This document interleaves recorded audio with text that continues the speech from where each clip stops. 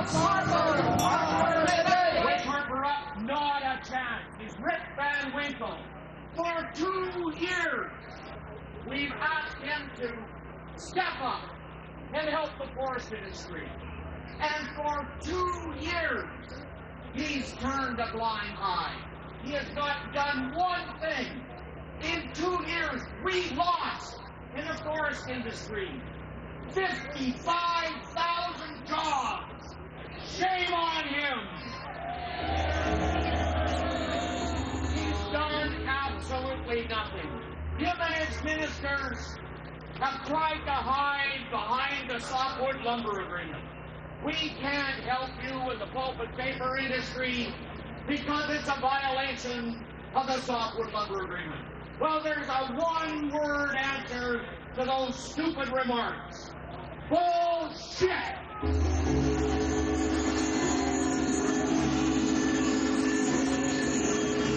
He tells us that we have the strongest economy in the world. And then he tells us, oh, sorry, I can't help you in the forest industry because we have a deficit. Now, wait a minute. How do we have the strongest economy in the world, but forest workers don't fit into that economy? Shame on him. Now, you heard Flaherty and Harper yesterday say, well, we had to help the auto workers, which is a good thing. But we had to help the auto workers because the American government is helping the auto workers. Well, guess what? The Obama government is spending $6 billion to help the forest industry in the U.S. What about us? The Americans have a vision. Help the forest industry, and when the recession is over, they'll be able to step up into a new economy with a vibrant industry. What about Harper? He calls it a sunset industry. He personally told me that maybe our unemployed workers should move to Fort McMurray. Shame on him. All of you know that the forest industry is not a sunset industry. It is a green industry. It is a sunrise industry. Handled properly, guess what? The trees just keep on growing. He hasn't figured that out. There's 2 weeks left in this parliament. He's got 2 weeks as a government to step up and help the forest industry, or he should resign and call an election on the forest industry. 1 week ago, yesterday, some very courageous staff, officers, and members occupied 7 offices of the Conservative MPs. 4 of them were ministers. 1 of them was the finance minister, Mr. Flaherty.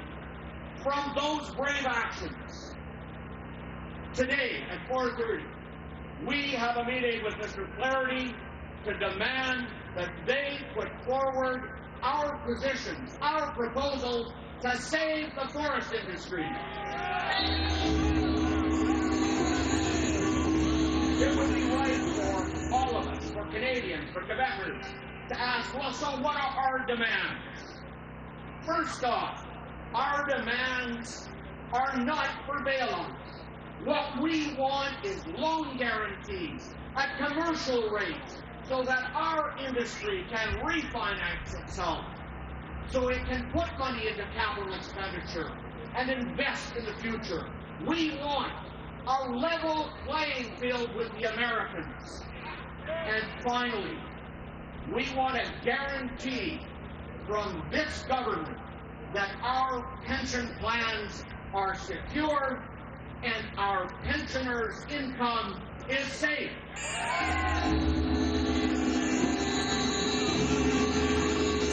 Forestry workers, their pensioners, our members, built this economy, built this country, made these corporations rich, and they deserve our support.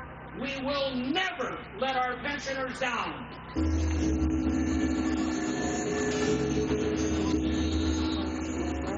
And finally, a message to the whole Conservative government. If you think you're going to adjourn this House in 2 weeks and head off into a barbecue circuit, have we got some surprises for you? We'll dog your butt right across this country till forest workers get their just desert. Merci beaucoup.